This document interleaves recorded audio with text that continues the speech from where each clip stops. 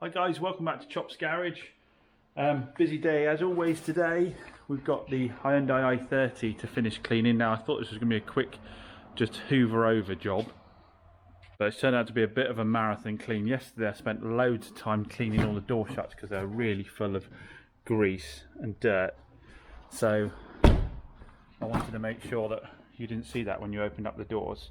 So that's all been thoroughly cleaned down. That took quite a while with a brush and G101 and even some carb cleaner to get some of the most of the grease off. This morning I've been working hard on the carpet in the back because it was quite grubby. It also had a big old chunk of white silicone on it. You get an awful lot actually, surprising how often you find it. Right on this corner, and I should have taken a bit of a video beforehand, but a big chunk of silicone sitting right across there. So my technique for that was use a razor blade horizontally to cut as much off as possible, and then thinners and a plastic brush to really work off as much as I could. That's as much as I can get out. So now it's drying off, and I'll just give that a little dust of matte black just to knock that back, and give this another hoover of course, because it would have been very unsightly to just leave. Even after cutting off the razor blade you still had a big white mark there, so needed to get that done. What else needs doing today as well is I've got the D-Max back from Moores, and they fitted the rack for me. They were going to fit the rack and the bed. From looking at it, I went down and had a look with them as well. It appears the stuff that came with it doesn't fit this truck. It was supposed to, the edges were supposed to come over and cover all of this here, weren't they? Where I did the basic repair to the rust. I didn't go too fancy with it because it was going to cover the whole thing all the way along there. Well, it turns out it wasn't wide enough, it didn't come out that far, and even this needed stretching out to fit, and Phil's had to make his own fitments to get it to fit to the bed. So as always, much appreciate that. I think it looks a hell of a lot better with that on, but now what I need to do is do something about tidying all this up. So what I'm going to go for is a textured black surface all the way along here to tie in with things like the side step here, obviously the black wheels, door handles, all that. So a nice textured surface all the way along here to tidy all this up. I'll sand all this down. So that's a job I didn't want to have to do because I wanted to photograph this and get it up for sale now, but it's going to be worth spending extra time. I need your opinion on something else as well, everyone that's watching, is these came with it, which are door handle guards. Now, so that's what it looks like without one on. Let's quickly try and slide it in for you and show you what it looks like with it on. And that's how it looks like with it on. So, do I put those on or do I leave them off? Let me know in the comments down below.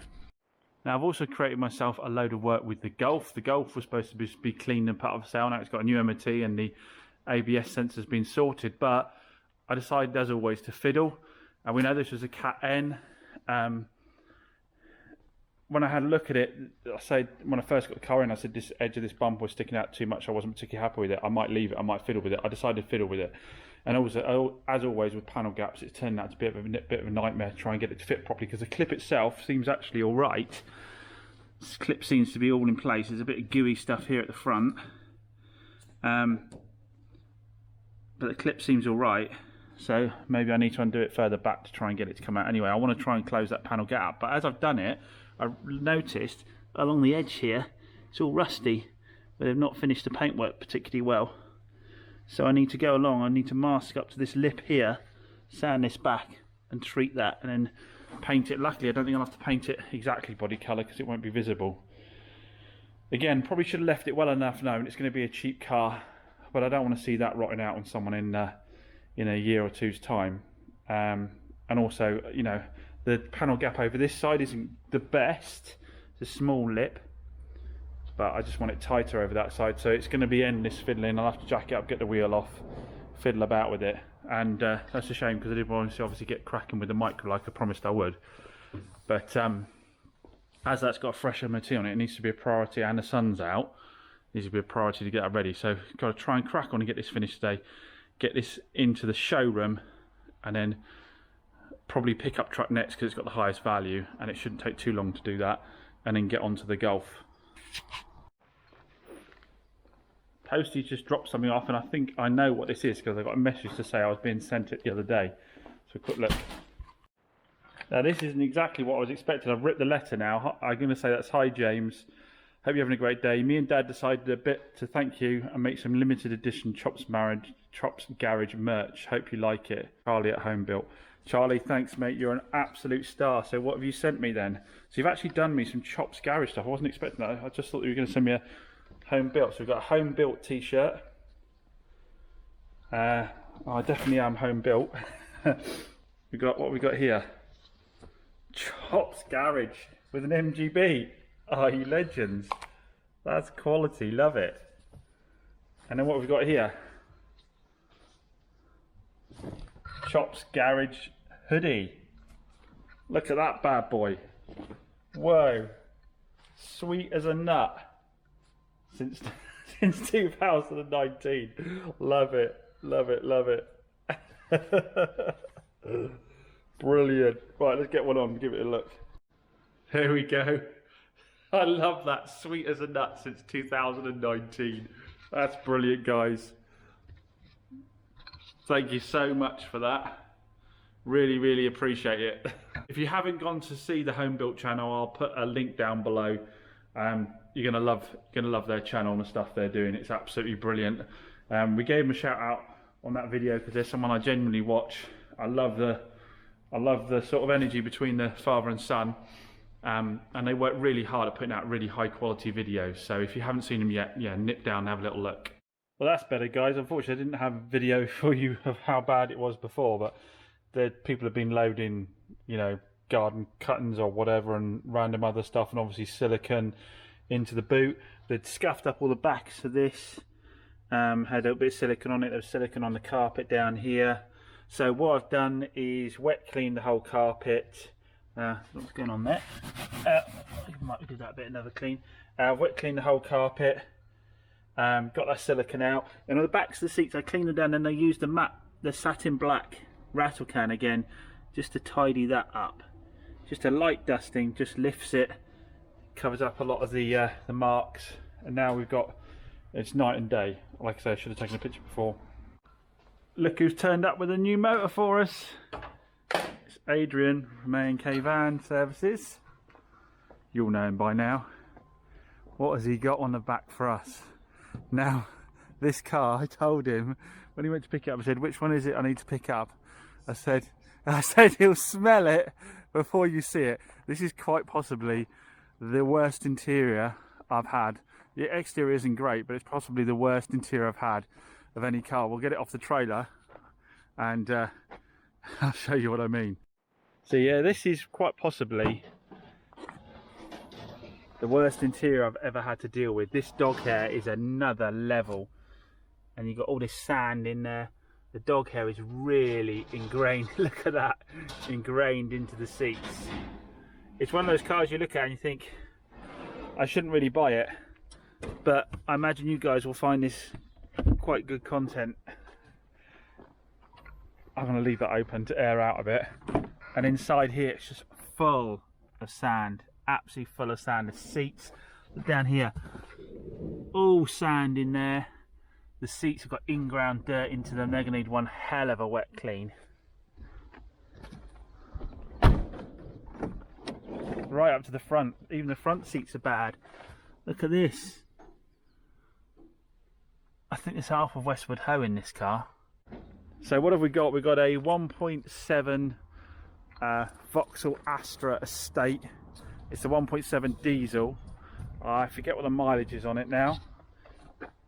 It is... come on, give us the mileage. Let's close the boot a second. Doesn't want to show me the mileage with the boot open.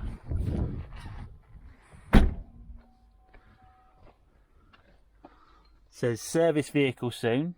So we've got a service needs to be done. Not sure why it won't tell me the mileage yet. Oh, I've got to press the clutch. Oh.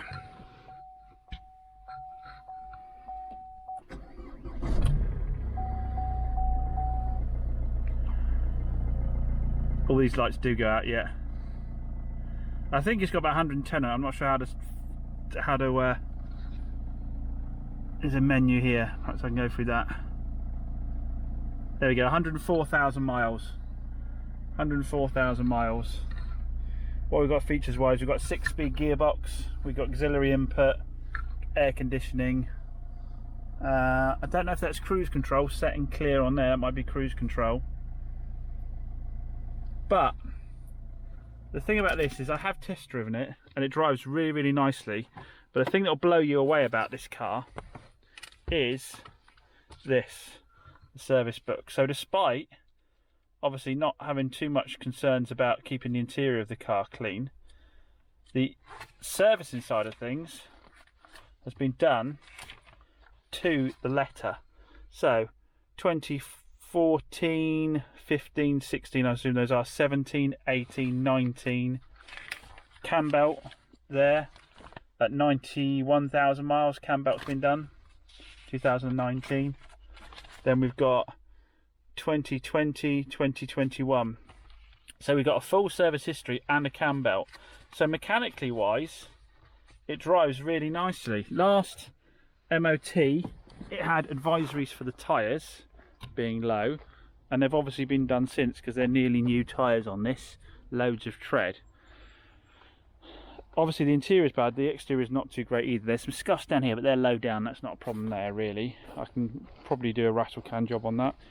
Some down here that I'm going to need to paint there. And then getting around the back here, we've got a scuff here. I don't know how much this is going to buff out. We'll give it a go, see how much buff, but the whole top of this is very flat and dull, as is the bottom. Now if that polishes out, the trick might be to get like a chrome protector here, or a black rubber protector, probably look better, to put over the edge of the bumper to sort of cover up some of that scratching. And then we'll have to see how much this buffs out, but we're definitely going to need paint here on this corner. So the question is, comment down below, do we just really sell this on as it is, maybe give it the most basic of hoover and wash and just sell it on cheap, or do we take the time to get it completely retail ready? Comment down below, I'll be interested to see what your thoughts are on that. Well, that was a mammoth hoovering and cleaning session. Now the sun's out, I'm going to have a quick bit of lunch and let it dry out. I still haven't treated the plastics yet, but the interior seats are looking way better, as are the carpets. I've got the floor mats back in now, clean those. Still going to need another hoover, I imagine, because this stuff keeps bouncing back up out the carpets again. I can see a little spot there, I just need to do. Oh, what I spotted there, more silicone. Blue tack or something, I'll tackle that as well. You always need a second look around the cars after you've done them, because you get them out in the daylight, you spot things you don't otherwise see. But we'll let all this dry out in the sunshine. Like I say, we'll have a bite of lunch, and then we'll do the plastics, quick hoover again, get that bit of blue tack off the back, and then the interior should be done. So that's the i30 all done. I'm going to do a photo shoot and a video now, walk around video. I'm hoping this sells quite quickly because I should be able to sell it under Auto Trader recommended. So for a quick sale, it's got a full service history without missing single service. The last service was gearbox oil, engine oil, brake fluid. They did everything, spent a fortune on this. They've kept all the receipts for it, as well as having the stamps in the book, so you can see exactly what's been done. It's in cracking condition now. We did that bit of paint work, and with the interior all cleaned up now, that's all in great nick. 0 road tax. It's got all the toys that you want to have on it, with the parking sensors, the Bluetooth, cruise control. Yeah, hopefully it should be a quick sale. I need to get back in touch with people who expressed interest in it earlier, but unfortunately that was a couple of months ago, so I probably found something else by now. Bit of an issue I've got for tomorrow is I've got 2 people who want to see the Suzuki Swift, and one really wanted to see it but couldn't book till 11 o'clock on Saturday. Another person wanted to see it. I told them I had a booking at 11, so they've booked for 10. Second guy doesn't want to head out unnecessarily, but an hour isn't quite long enough, so I'm trying to tell him to maybe go for 12 o'clock, and then I can confirm that the vehicle is still available. I don't want to take a deposit off someone, because if I take a deposit off someone and it doesn't sell, I'll blow the opportunity to sell a vehicle. Even if I kept like £100 deposit, it wouldn't make up for the fact I hadn't sold the vehicle. Always a bit of a challenge, but it is what it is. I think one of them thinks I'm playing him off. Do you know what I mean? Trying to get more money out of him, or trying to get more urgency out of him. But it's genuinely 2 people want to come and look at it on Saturday, so we'll see what happens with that. Right, let's get the walk around video done. It's Saturday morning. A lot going on today. So last night we had 2 people going back and forth on the Swift. That's why it's the front here. Wanting to be the first to see it when I first opened this morning. I gave the first people that messaged me on it the first opportunity to come and see it. So what happened, one said they were going to come and see the car, but they had a sort of random, I'm going to come and see it on Saturday time. Then another person messaged me, said they want to come and see the car, but they specifically wanted to come at 11 o'clock. So I messaged the first person and said, you can come and see the car tomorrow, but just to let you know, someone is coming at 11 o'clock to see the car. So he said, oh, okay, I'll come at 10 o'clock. So I then messaged the other chap and said, there's a chap coming at 10 o'clock now. Do you want to maybe wait until sort of 11:30, 12 o'clock so I've got a chance to tell you if the car's sold before you head out? He went, well, that's a bit disappointing. Can I come before 10 o'clock? I said, no, you can't come before 10 o'clock. So he said, okay, I'll go for the 12:30. Please let me know if it's sold. So I went back to the other chap and said, no worries, no problem, 10 o'clock. The other chap's going to come at 12:30. The first chap then messaged me first thing this morning and said, actually, I'm not going to make it. I think he thought I was trying to push him on the car. I don't think he thought I genuinely had another buyer on it. This is the problem with this, is that this is a danger. You don't want to put off one person. Really, you should just say both turn up, and then if they both turn up, one of them ends up buying it. But you don't want people to have to travel and then the car not be here when they get here. So it's a really risky game, allowing people to sort of like book like that on the day, because you might put one person off and then the first person doesn't turn up. But that's the game we play, so that's what we're going on. Now the noise in the background is, I've had to call in backup because I still hadn't got round to doing the Skoda Yeti polish. I needed to polish all the swirl marks and scratches out of the Skoda Yeti. It needed a full machine polish. So I've got backup from Mike down at Moore's Garage. So Mike doesn't work Saturday at Moore's, they aren't open on Saturday. And we've been having a bit of breakfast on a Saturday morning together, and he said, well, you know, I could do with a little bit more cash, so do you want me to come and help you out on a Saturday? So we're giving it a go today, and the first job he's got is he's going to, let's say, machine polish up the Yeti and see if we can get all the scratches out of it. And that's great for me because I don't want to take anyone away from a job and commit to full-time employees. And if I can call people in as and when, that's the best scenario for me. So he can be getting on with that while I deal potentially with viewing any minute on the Suzuki Swift. And then I mentioned that someone had an interest in the i30 when I first got it a month or so ago, and I thought it might be dead because it's taken me too long to get my act together. Well, I messaged them last night and they've actually said, yes, they're still interested, they're very keen on it. I think it doesn't hurt that our old mate Pete is their next door neighbour, and he recommended me.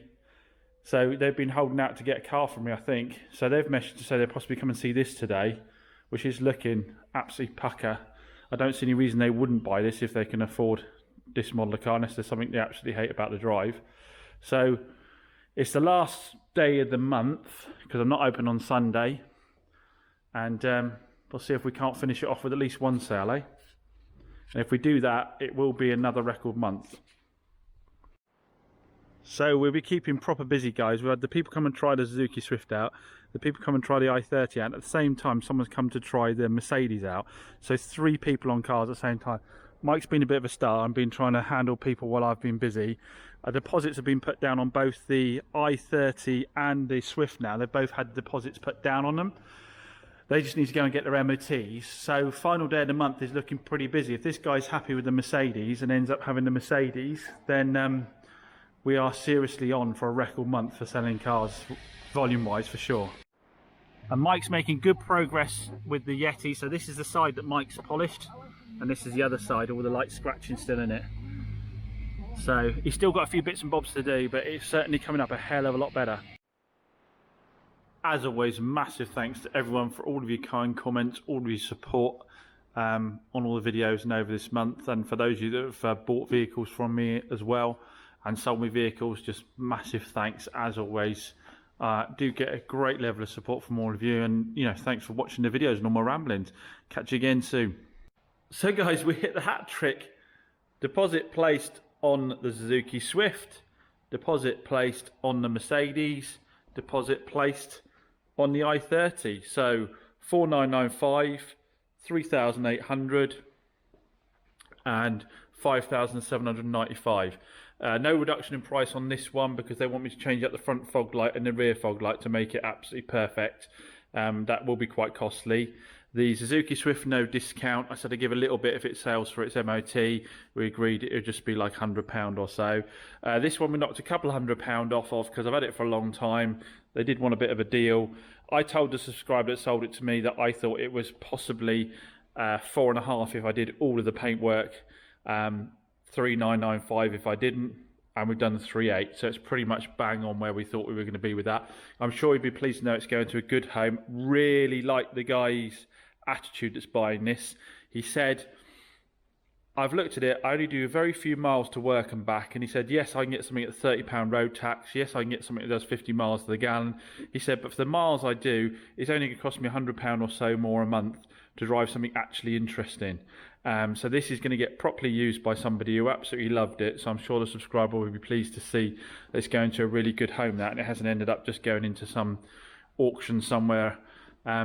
So yeah, ideal. Lady that's having the Suzuki Swift, really weird deal she's got at the moment. She drives an old car, quite old car. Not sure exactly the age, but apparently the dealer she has it from, she pays a monthly fee to him. The car's in her name, but it's like a lease, and if there's any problems with the cars, he fixes them. And she keeps paying this monthly fee, and she's been doing that for a few years with them. Apparently it's something he does with local people. Don't understand how that works. But she was a bit fed up of the old cars, wanted something a bit newer, a bit nicer. Absolutely fell in love with this. Bless her, she was so enthusiastic about it. So I'm glad that it turned out that she got that car. Came down with her son, just left them to it, let them spend loads of time looking over the car. She had lots of drives around the car park. I'm lucky I've got so much room here for them to drive around. And then he took it for a test drive with a really, really nice. She wanted it straight away, unfortunately, but it needs that new MOT on it. And then this one went to PT's neighbours, who, like I say, had held out to buy a car specifically from me. And yeah, lovely, lovely couple. Really appreciate them holding out to get a car from me. Again, left them to it, let them have a really good look and a good drive around it. They would like it immaculate. You know, obviously being friends with Pete, I'd have tried to do them a bit of a discount, but they want the, like I say, the rear fog light swapping out because it's got a crack in it, and the front driving light swapping out, which is not going to be particularly cheap. So I needed to stick to my asking price. It's got condensation in it, and it does say on the last MOT it didn't work, although it doesn't need to be on there to pass the MOT. You know, understandably, because the rest of the car is so clean, they'd rather not make the saving on price and actually have it all immaculate. So yeah, 3 sales to 3 lovely people, and a record month for Chops Garage. That is in total, including the trade sales, which, you know, still count because they all made profit. 21 sales. I've sold 21 cars this month. Obviously, pretty much on my own, with a little bit of outside help. Obviously, physically here, I'm normally on my own, with the exception of having Mike here today. So yeah, 21 sales is a record month, and obviously, financially, I think it's a record month as well. So yeah, as always, thanks to the support everybody's given me. You know, those subscribers that have bought vehicles from me, that have sold vehicles to me, those dealers that have given me hints and tips, and obviously all the feedback from those of you that aren't dealers on just, you know, how you'd want to be treated, how you'd want to see me run the business, your thoughts on what I can do to make things right for the consumers that come and see me. So, you know, just the support and the support I get from everybody on the channel is just fantastic. So I can't thank you enough for that. So anyway, I don't think I'm going to get much more done before I take my little break with the family now. These cars need to be get down for MOT on Tuesday as quickly as possible and try and get them out the door before I go away. So it'll be a rush right to the last minute. But yeah, as always, thanks for watching, guys. Thanks for listening to my ramblings, and I'll catch you again soon.